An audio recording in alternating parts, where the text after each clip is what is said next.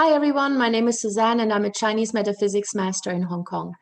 Today I'd like to talk about what is commonly known as the wealth stars in Feng Shui. And the wealth stars, or the concept of the wealth stars, often causes a lot of confusion or misconceptions, because there is no such thing really as a wealth star. What we do have are wealth strategies.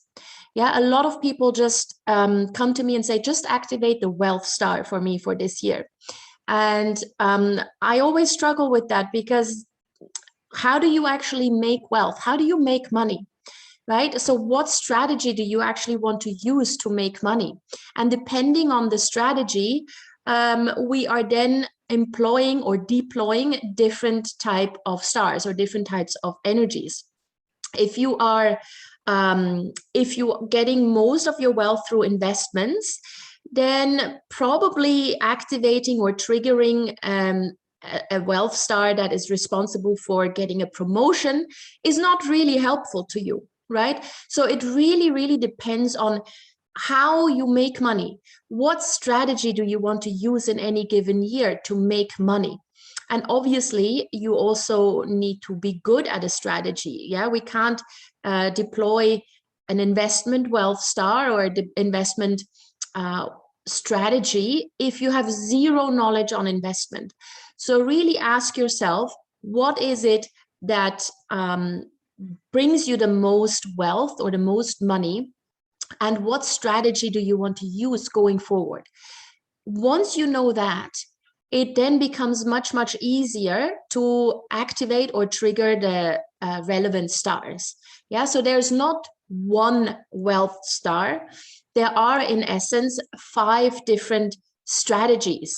Yeah, so not one star that is single-handedly responsible for making you wealthy, but actually 5 different strategies.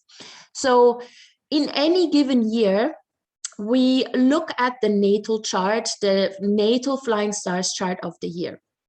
And traditionally speaking, everybody just activates the number 8, at least currently, which is the traditional wealth star. However, if you are really using the wealth stars in a more advanced way, and if you are looking at strategies rather than just stars and energies that you want to trigger and that may not really be in sync with what you do in life, then you can also use the number 9, the number 6, the number 4, and the number 1. So those 5 stars can all be used in different ways to generate wealth. Yeah, so all of those are responsible to contribute to your overall cash flow or your overall bottom line, depending on the strategy you want to use in any given year. So it's up to you to determine what kind of star or what kind of energy you want to activate, and then conduct the type of activities that resonate with that energy. And because the energy is activated, because the energy is triggered, the opportunities in this particular realm of wealth generation will then flow in and you can make use of them. So any given year, first you plot the annual flying stars chart, and then you identify those 5 stars, 1, 4, 6, 8, and 9. Yeah, they're always the same, 1, 4, 6, 8, and 9. Those are the ones you need to identify. Now, once you've done that, you then check where they are located on your floor plan. Yeah, so you stand in the center of your flat and you know that this particular year, for example, the star number 1 is in the south, the star number 8 is in the west, the star number 6 is in the center, the star number 9 is in the northeast, and the star number 4 is in the east. Yeah, so this is how you then check where these energies are actually present. And then you use them according to your wealth strategy.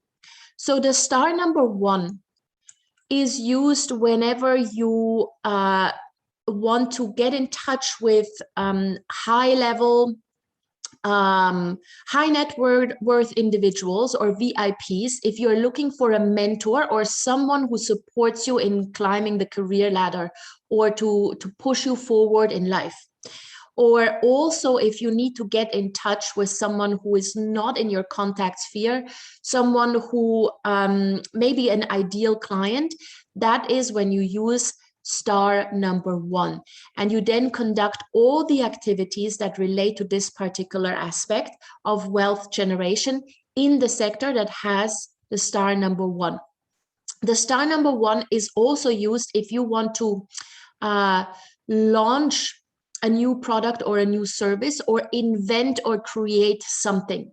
Then that entire process of idea generation and creating that new product or service is or has to be conducted in the sector, in the area that has the star number 1. Yeah, and obviously creating something new, being innovative, and launching something can generate wealth. It requires a little bit of effort for sure, but obviously there's a big return on investment. So this is what you use the star number 1 for. Now the star number 4 is used when you want to acquire an ultimate skill set, a skill that no one else has and that makes you stand out, that makes you unique. And once you acquire a skill set that nobody else has, obviously your talent, your skills will be high in demand, and that is what generates you money. First, you need to acquire those skills. Meaning, if you want to study something that contributes to your wealth, to your career, you do it from the sector that has the star number 4, right? And when you do that, the energies present in that particular sector will actually help you absorb the new knowledge much faster, and then also apply the new knowledge or the new skill set. So if you want to stand out and get an ultimate skill, this is what you use. So if this is your strategy, it may be a little bit more long-term, but there's nothing wrong with that, because once you have a skill, nobody can take it away from you. So it's good if you invest a little bit more time in the beginning, and then you get the long-term benefits from it. The star number 6 is used if you want to make yourself indispensable in a company, for example. So the star number 6 is used if you want to climb the career ladder, if you are planning on a promotion or gaining more authority within either your industry, your field of work, or your company. So you use this if you need to network with other people to climb the career ladder. So anything that relates to gaining more authority, gaining more power, needs to be conducted in this year it's the center, in that particular area of your flat or your office. So this has to do with climbing the career ladder and gaining more power, more reputation, more status, and more authority. Yeah, so this is also a good start to use if you want to get a promotion. Then anything that has to do with that. So, I mean, obviously you will need to talk to people, you need to make phone calls, you may have to send emails, update your CV.